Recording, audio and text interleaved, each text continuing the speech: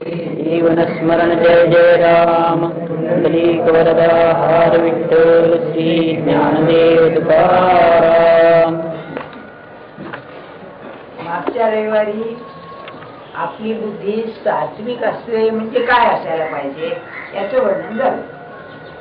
सात्विक बुद्धीचं लक्षण काय सांगितलं त्याने? ज्ञानेश्वर महाराजांनी पहिल्यांदा तर सांगितले की ईश्वराचं अस्तित्व मानणारी बुद्धी सात्विक बुद्धी आहे. ईश्वराचं अस्तित्व मानायला माझ्या अस्तित्वाबद्दल माझा काय दृष्टिकोन पाहिजे? मी असं म्हणेन, ईश्वराचं अस्तित्व कशाला मानता? ईश्वराचं अस्तित्व मानू नका. अरे काय हो, अगदी ज्ञानेश्वरी वाचताना ईश्वराचं अस्तित्व म्हणजे काय भानगड आहे? जगामध्ये नास्तिक लोक असतात माहितीये ना. नास्तिक याचा अर्थ काय? आपल्याकडे इंडियन फिलॉसॉफीमध्ये भारतीय तत्वज्ञानामध्ये नास्तिकाचा अर्थ निराशा, जो वेद आणि उपनिषद मानित नाही तो नास्तिक असं म्हणतात. ईश्वराचं अस्तित्व मानित नाही तो नास्तिक नव्हे. किंबहुना सांख्य हे तत्वज्ञान असं आहे जे ईश्वराचं अस्तित्व मानित नाही. आणि कपिलाला विचारलं की ईश्वराचं अस्तित्व का मानित नाही? तर तो म्हणतो जगाची व्यवस्था लावायला ईश्वरा मानायची गरज नाही. आणि आशाला भगवान म्हणताय सिद्धानाम कपिलो मुनी. बरं बघा, जो भगवंताचं अस्तित्वच मानित नाही. गमत अशी आहे, नास्तिक म्हणजे काय? जो एकाचं अस्तित्व मानित नाही तो नास्तिक होय ना. महाराजांच्या मते संतासारखा नास्तिक कोणी नाही. जरा हळूहळू जातोय मी माझ्या भगवंताला आपण. अरे अस्तित्व नाहीसं करणं हे जो नास्तिकाचं लक्षण असेल, तर ज्याला आपण नास्तिक म्हणतो तो ईश्वराचं अस्तित्व मानित नाही, नाहीसं करतो. संत आपलं अस्तित्व नाहीसं करतो म्हणून तो नास्तिक आहे. मी आपल्याला जे म्हटलं, ईश्वर कशा करता मानायचा? की मी अपूर्ण आहे, मी अल्पशक्ती आहे, अल्पज्ञ आहे. जर मी अल्प आहे तर सर्व कुणीतरी असलाच पाहिजे. जेव्हा तुम्ही अंश म्हणता तेव्हा अंशी असलाच पाहिजे. When you speak of the part, you speak of it with reference to the whole. त्याशिवाय पार्टला काही अर्थच नाही. तेव्हा तुम्ही अल्पज्ञ म्हणत असताना अरे सर्वज्ञ कुणीतरी आहे म्हणून तुम्ही अल्पज्ञ ना. तेव्हा सात्विक बुद्धी कोणची? जी आपलं अल्पज्ञत्व जाणते आणि त्याबरोबरच ईश्वराचं अस्तित्व मानते, सर्वज्ञाचं, ती सात्विक बुद्धी आहे. आता तुम्ही लक्षात ठेवा, परमार्थ हा अत्यंत बुद्धिप्रधान आहे, पण ती बुद्धी व्यवहारिक बुद्धी नव्हे. याची टोपी त्याच्या डोक्यात, त्याची टोपी दे, किंवा याचे पैसे गपापास त्याचे पैसे, ही बुद्धी नव्हे. व्यवसायात्मिका बुद्धी एकेह पूर्णनंदन. भगवान सांगतायत ना, भगवंताचा अभ्यास करणारी, भगवंताचा विचार करणारी जी बुद्धी आहे ती सात्विक बुद्धी. म्हणजे ती कशी असते? आपल्याला मागे मी सांगितलं होतं, माझ्या बुद्धीला पटत नाही हे खरं नाही, बुद्धीला पटत नाही असं म्हटलं पाहिजे. आणि तुझी बुद्धीने का संस्काराने बनलेली आहे, ती खरोखरच पक्षपाती बुद्धी आहे. तरी बघा, बुद्धी ही सत्याची पक्षपाती असते. मी आपल्याला नेहमी सांगतो, बुद्धीला असत्य खपायचं नाही. हा विषय मी का काढतोय? आजचा विषय तो आहे म्हणून. मला कळतं पण म्हणत नाही. माझी जी बुद्धी आहे ती कशी आहे? बुद्धीचे दोन अंग आहेत असं म्हणा. समजा एक अतिशय सात्विक अशी तुमची आई आजी घरामध्ये आहे. ती कधी खोटं बोलली नाही, कधी कोणाला फसवलं नाही, असं तिने आयुष्य घालवलेलं आहे, उपासना केलेली. पण आता अंतरावरती पडून आहे आणि घरामध्ये नातवंड आहेत, मुलं बाळ सगळं आहे, कोणी तिचं ऐकत नाही. पण ती सांगितल्याशिवाय राहत नाही, कोणी ऐकत नाही तिचं. बरं का, इंग्लिशमध्ये आलं एक फार अप्रतिम जे आहे, एका संतांनी म्हटलेलं, the still small voice within. आपल्या मनामध्ये जी सदसद विवेक बुद्धी म्हणून आहे ती योग्य काय बरोबर सांगते. पण या म्हातारीचं जसं कुणी ऐकत नाही तसं आपण तिचं ऐकत नाही. हा खरा शोकांतिक आहे माणसं. एका फ्रेंच नाटकामध्ये त्याने असा एक प्रवेश रंगवलेला आहे. तो असा आहे, एक्झिस्टेन्शियल नाटक आहे ते, की एका माणसाचं एका मुलीचं लग्न होतं तेव्हा तिच्या सासूला कुणी पाहणार नव्हतं, म्हणून ती म्हणाली की तू माझ्याच घरी येऊन राहा, असं ती मुलगी म्हणाली. त्या लोकांमध्ये जरा विलक्षणच आहे, आणि आपल्याकडे मुलीच्या घरी राहत नाहीत ना, संकोच वाटतो, असं थोडस आहे ना. तशाकडे ती येऊन राहील. तेव्हा ती बाई एक खरी ख्रिश्चन होती, म्हणजे धार्मिक वृत्तीची, खऱ्या अर्थानं अध्यात्मवादी, बरं का, खरी अशी होती. काय व्हायचं, या नवरा बायकोचं भांडण व्हायचं. आणि तुम्हाला एक गंमत सांगून ठेवतो, जोपर्यंत प्रियतम आणि प्रेयसी आहे ना, म्हणजे लग्न झालेलं आणि एकमेकाचं प्रेम आहे, तोपर्यंत भांडण होणार नाही. आणि लग्न झाल्यानंतर भांडण झालं नाही तर ते नवरा बायको नव्हे. अरे वाईट असते, असं काय, हा मनुष्य स्वभाव आहे. काय असतं, आधी की नाही हाही जरा सांभाळून असतो, ती सांभाळून असते एकमेकांचं. पण लग्न झाल्यानंतर मग काय कायद्याने बांधलेलं असते ना. आता काय करतात, अशा पैकी असते. जाऊ दे, आपलं सोडून द्या. तेव्हा ती बाई खरी ख्रिश्चन असते. तर यांच्या भांडणामध्ये ती कधी भाग घ्यायची नाही. व्हायचं काय, भांडता भांडता ही तिला म्हणायची माझं बरोबर आहे का नाही तू सांग, तो म्हणायचं माझं बरोबर आहे की नाही सांग. आता गंमत तशी त्यांच्या घरी राहायचं, आणि कोणाची बाजू घ्यायची मला सांगा. मुलीची बाजू घेतली, मी सुनेची बाजू घेतली तर खायची पंचायत व्हायची, त्याची बाजू घेतली तर घराची पंचायत व्हायची. मग ती काय करायची, दिस इज द ह्युमन सिच्युएशन, असं तो नाटककार म्हणतो. मानवी जीवनाचा हा असा प्रसंग आहे, बरं का. तेव्हा ती काय करते, एक मार्ग म्हणजे रामाया स्वस्ती रावणाया स्वस्ती. हा, तुझंही बरोबर आहे, तुझंही बरोबर आहे, बरं का. आम्ही दोघे ओळखून असतात जी लबाड आहे म्हणून. ती लबाडी तर नाही तिच्याजवळ. मग ती काय करायची, ती म्हणायची की तुम्ही जे भांडता त्याचं मूळ कशाचं आहे ते बघा. तो तत्वज्ञानीच आहे नाटककार. तो काय म्हणतो की प्रत्येकाचा मीपणा जोपर्यंत कमी होत नाही तोपर्यंत कोणीही बरोबर नाही. आणि ही सात्विक बुद्धी आहे की माझंच खरं, मीच बरोबर आहे. हे जिथे कमी व्हायला लागलं तिथे सत्वबुद्धीचा उदय झाला. आपल्याला साध्या भाषेत सांगू शकतो की माझ्या मतांचा, माझ्या जीवनाचा किंवा माझ्या एकंदर आपल्या विद्याचा आग्रह ज्याचा कमी व्हायला लागला त्याची बुद्धी शुद्ध होऊ लागली. म्हणजे आग्रह याचा अर्थ असा तो मीपणाच असतो. देहबुद्धी कमी होणं संतांच्या भाषेमध्ये हे सत्वबुद्धीचे लक्षण आहे. आणि देहबुद्धी अगदी नाहीशी होणं म्हणजे तो प्रश्नच नाही. समर्थन नाही का, देहबुद्धी ते आत्मबुद्धी करावी. मला असं पाहिजे, मला तसं पाहिजे, माझं असं आहे, माझं तसं आहे, मला हे सहन होत नाही, ते सहन होत नाही, आज काही अर्थ नाही. बरं, सांगण्याचा हेतू काय, हा आपला विषय. आता भगवंत राजसी बुद्धीचंही सांगताय, बरं का. एक मुद्दा लहानसा राहिला, बुद्धी अशी अनाग्रही झाली.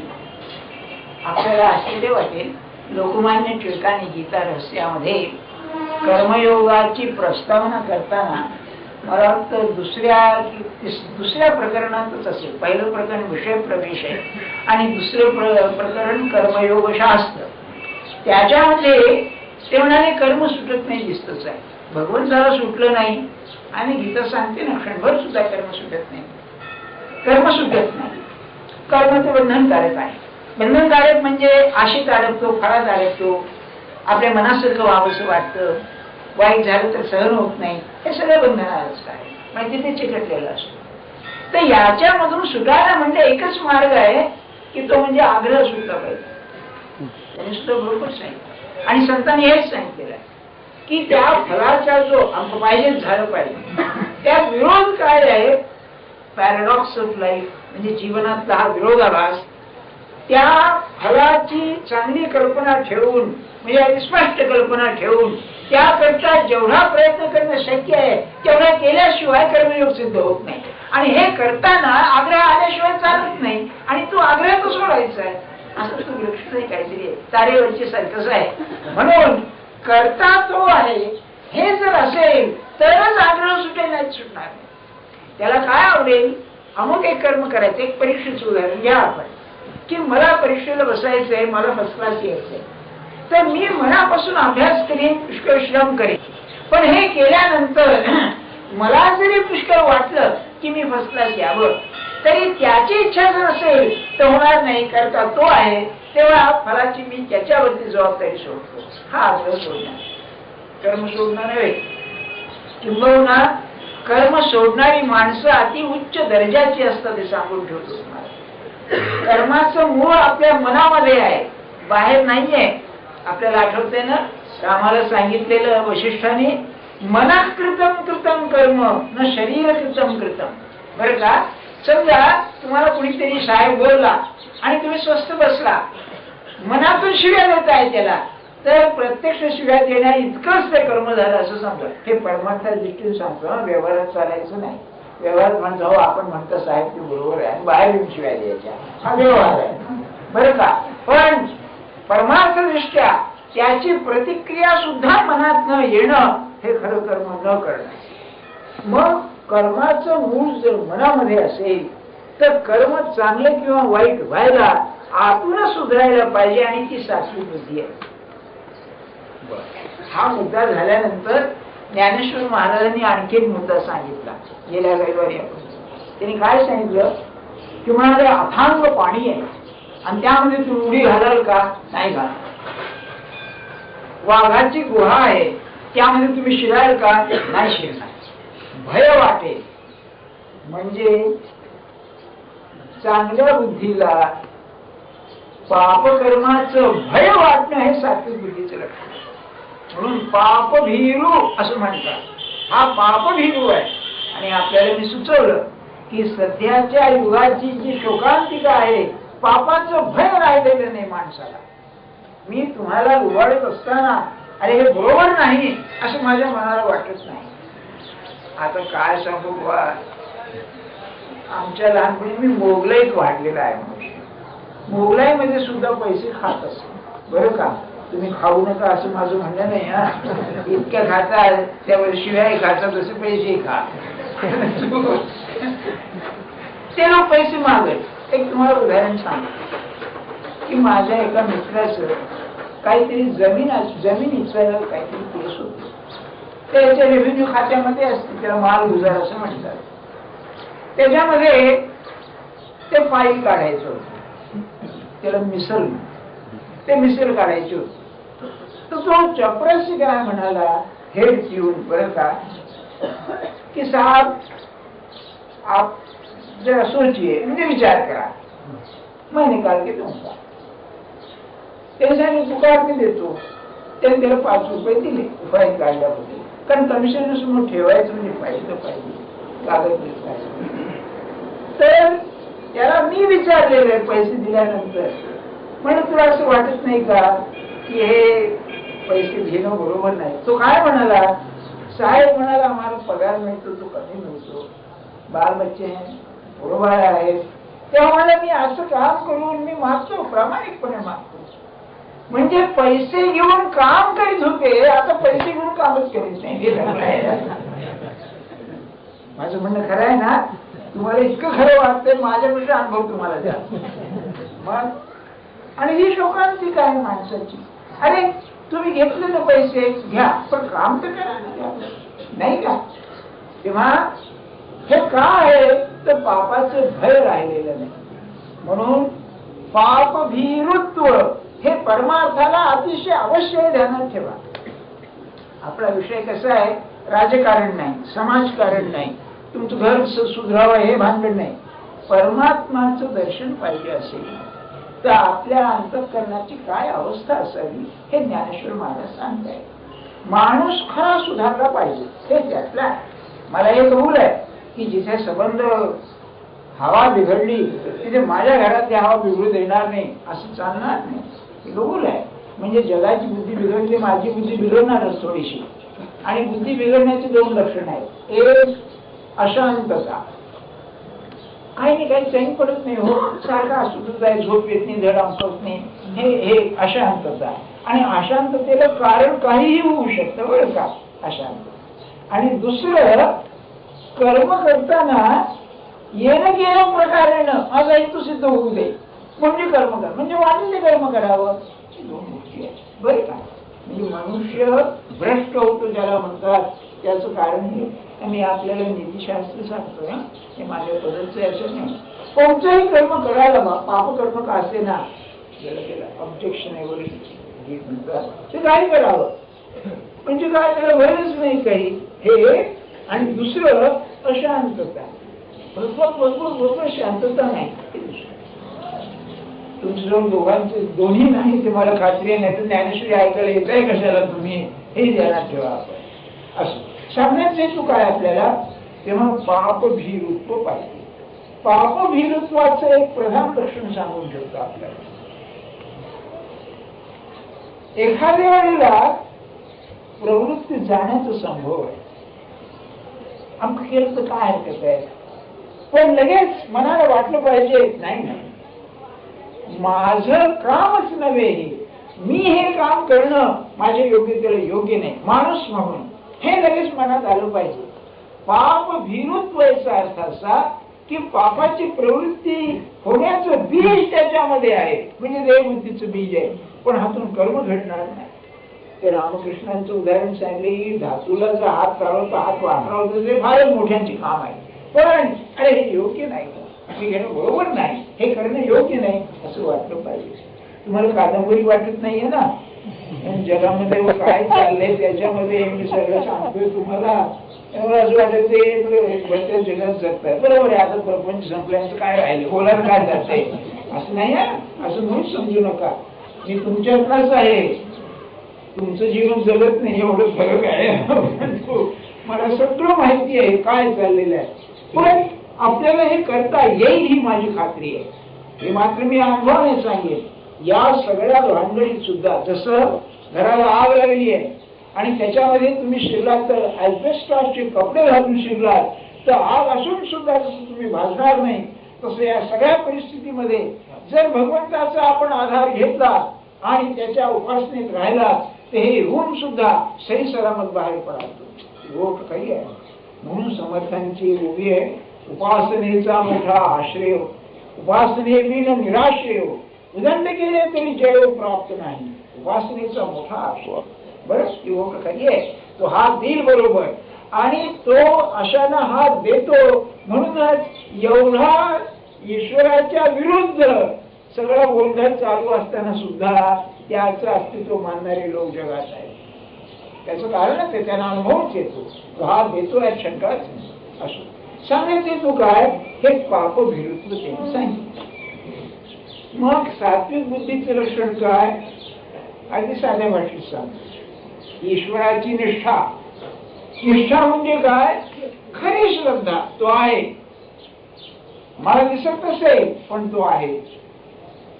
दुसरी गोष्ट, तो आहे इतकंच नव्हे, तो जगाचं रक्षण करता आहे, तो त्राता आहे, ही दुसरी गोष्ट. आणि तिसरी गोष्ट, त्याला शोभेल असं वागणं हे माझं कर्तव्य आहे. हे सात्विक बुद्धीचे लक्षण आहे. आता राजसी बुद्धीचं. राजसी बुद्धी कशी आहे, कर्मप्रधान आहे. रजोगुण हा कर्मप्रधान आहे. आपल्याला एक सांगून ठेवतो की कितीही सात्विक मनुष्य असू दे, त्याला जर रजोगुणाचं सहाय्य नसेल तर सत्वगुण निस्तेज होतोय. ध्यानात ठेवा, सत्वगुणाला रजोगुणाचं सहाय्य पाहिजे तरच तो जगामध्ये तेज पडेल, त्याचं नाही नाही पडणार. मग असा जो रजोगुण आहे, कर्मप्रधान आहे, तो नुसता रजोगुण प्रधान असेल तर काय असेल, ती बुद्धी आता सांगतात. कर्माचं काय गमत आहे, कर्माची 3 लक्षणं आहेत. पहिलं लक्षण असेल, आहे त्या परिस्थितीत चैन न पडणं, हे पहिलं लक्षण. हे मी तुम्हाला तत्वज्ञान सांगतो, मी ते काय करू, ते सगळं लफडं आलंय आता सांगायचं म्हणून, नाही तर खरं सांगायचं काही कारण नाही. पहिलं, मनुष्य कर्म का करतो, आहे ते चैन पडत नाही. साधी गोष्ट घ्या, तुम्हाला जर असं सांगितलं उतानं पडून राहा, ते काही असतं ना, आजारी पडल्यावर सांगत नाही काय, ते डोळे पेडचं ऑपरेशन केलं, 2 दिवस उतानं पडून राहा, इकडे हालायचं नाही म्हणून शिक्षा होते ती, नाही का. म्हणजे आता शवासनासारखं आसन आहे का सोपं? शवासन म्हणजे प्रेतोल नाही का? त्यात सुद्धा माणसाला हालचाल केल्याशिवाय चैन पडत नाही, नुसतं पडून राहा नाही. म्हणजे आहे त्या परिस्थितीत ज्याला चैन नाही त्यालाच कर्माची प्रेरणा आहे. कर्माची जी सुरुवात होते त्यात बदल पाहिजे तरच मग तो कर्म करेल, पहिली गोष्ट. दुसरी गोष्ट कर्माची अशी आहे, कर्म करताना दोनच हेतू असू शकतात. एक अनिष्ट परिहार आणि इष्ट प्राप्त. हे संस्कृत शब्द सांगतोय आपल्याला. किंवा जे नको आहे ते बाजूला करणं, जे हवं आहे ते जवळ करणं, हेच कर्माचे दोन. हे सर तुमच्या लक्षात राहील ना? वर्ग शिकवल्यासारखं होतंय पण नाही, तसा हेतू नाही माझा. एक विषय कसा आहे तो बघा. कर्म कशा करतो मनुष्य? आहे त्यात चैन पडत नाही त्याला. आहे त्यात चैन पडायला लागलं तर कर्माची प्रेरणाच कमी होईल. आणि खरे जे पोचलेले असतात त्यांची ईश्वरावरती एवढी श्रद्धा असते की ठेविले अनंते तैसेच राहावे असं म्हटल्याबरोबर कर्म होईल, कर्माची प्रेरणा नाही. कर्म घडेल त्याला काय? पण तहान लागली तर पाणी पिईल, पण तहानेशिवाय मी भुके आपलं तहानेलेलं आहे असं म्हणणार नाही. त्या ऋषिकेश नाही, बद्री केदारला एक ग्रस्ती गेली होती आणि दर्शन झाल्यावर त्यांनी विचारली दुगणी साधू आहेत का म्हणून. त्यांनी सांगितलं पुजाऱ्याने, वो देखो म्हणाले, वो हा बैठा त्या पायऱ्यावरती बसलेला होता तरच गुंडाळलेला ग्रस्त गुढा बंब आपला काळा असं बसलेला सुकुच म्हणाले. गेले चमत्कार केला. चमत्कार असा यांना अर्थ भिकारी आहे नाही का? भिकारीच ते त्यांनी इंग्लिश मध्ये विचारले कुठून आला तेव्हा चाट पडली. त्याने यांना इंग्लिश मध्ये विचारलं. आणि तो मद्रास युनिव्हर्सिटीचा विद्वान एम.ए. झालेला होता. संस्कृतचा विद्वान परीक्षा असते आणि एम.ए.च्या इंग्लिशच्या. तेव्हा त्यांनी विचारलं की इकडे कुठे आला? ते सांगितलं अशा अशा आलो, आम्हाला साधू पाहायचा. साधू बिधू काही नाही म्हणाला. यांनी काय विचारलं तुमची खाण्याची सोय काय? तर तो काय म्हणाला की मी कधीही त्याच्याकरता प्रयत्न करीत नाही, कारण देह जगवणारा तो आहे म्हणाला. मग असं होतं एखाद्या वेळेला 2-3 वेळा खायला मिळतं आणि एखाद्या 2-3 दिवसात खायला मिळत नाही. मग तुम्हाला वाईट नाही का वाटत? नाही म्हणाला, तो जगवणार आहे मी तो कशी करू? हो आपलं काय होईल? सकाळचा चहाला उशीर झाला तर मी सांगितलं नवऱ्याचे मंत्र म्हणाल बायकोच्या बाबतीत.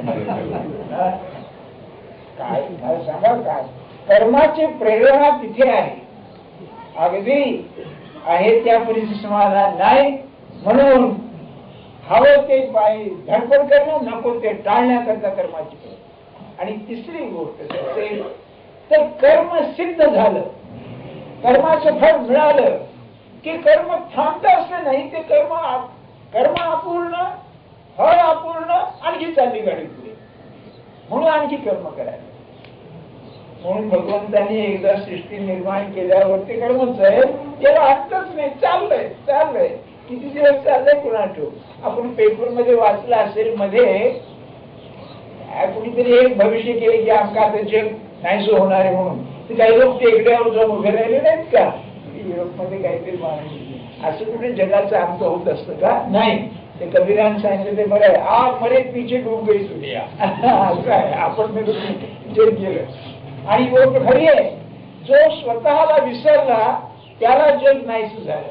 मी जर माझ्या कल्पनेने जग निर्माण केलेलं आहे, या आयडियलिझमचं तत्व बरंच आहे की जग कुठपर्यंत आहे, माझं मन पाहत आहे तोपर्यंत जग आहे. ते गेलं की गेलं. झोपेत नाही का जग असून नसल्यासारखं होतं. जग नाहीसं होतं याचा अर्थ असा, मी जे जग आहे असं म्हणतो ती वृत्तीच नाहीशी झाल्यामुळे जग राहत. आणि सत्पुरुषाला परमात्मा स्वरूप दिसतेचा अर्थ असा की त्याची सत्ता सगळीकडे काम करते हे त्याला दिसतं. जग जग रूपानेच दिसतं, पण असं विचार करा. अहो सर्वभूती भगवत भाव म्हणजे काय? तुकाराम बुवाने काय आपली बायको वेगळी दिसत नव्हती का? घरात आपल्याच जात होते ना, भरताच्या घरात आपलं घर शिरत नव्हते. पण हे सगळं त्याच्या सत्तेनं चाललेलं आहे, ही भावना त्या ठिकाणी होते, म्हणून सर्वभूती भगवत भाव. आता राजश्री कर्माचे लग्न काय आहे? फार सुरेख. ते काय म्हणाले? रजोगुणाचे मुख्य लक्षण काय आहे हे 3ऱ्या अध्यायात गीतेत सांगितलेलं आहे. अर्जुनाने असा प्रश्न विचारला. आता खरं आपल्याला थिअरी जाऊ दे, मला सुद्धा सांगायला काही आवडत नाही. 3ऱ्या अध्यायामध्ये अर्जुनाने प्रश्न विचारला, कृष्णा तू सांगतोस ते किती बरोबर आहे, किंवा असं कर्म करावं, तसं कर्म करावं, कर्माच्या फलाची आशा ठेवू नये, अभ्य करू नये, सगळं बरोबर आहे.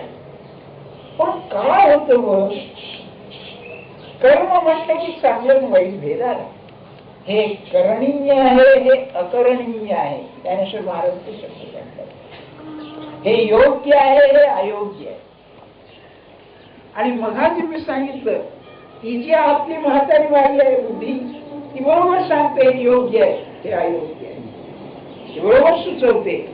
असं असून सुद्धा माणूस चांगलं कर्म करीत नाही, याचं कारण सांगतात. आपल्याला किती लागू आहे. भगवंतानं मला वाटलं आपल्याला समोर ठेवूनच लिहिलंय की काय, कोणाला ठेवून सांगितलंय काय. प्रश्न असा अर्जुनाचा, अथ केन प्रयुक्तोयम पापम चरति पुरुषः. अगदी वाईट कर्म करणारा जरी गुन्हेगार असला तरी आपण त्याला विचारा, तू हे केस बरोबर आहे काय? नाही म्हणतो. मी एक प्रसंग सांगतो आपल्याला, म्हणजे एक कल्पना येईल.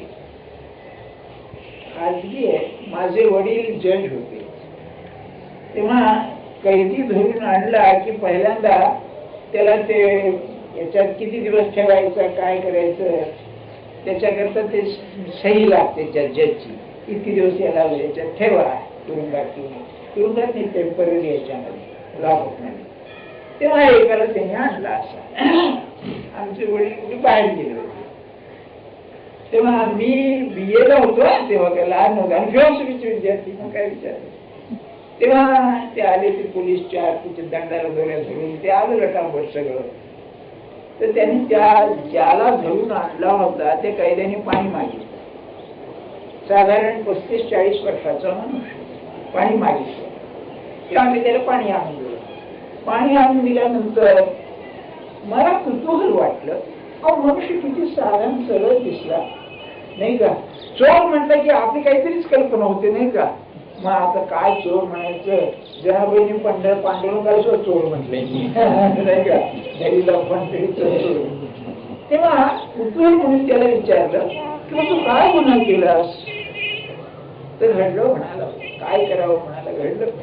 अरे मग काय घडलं?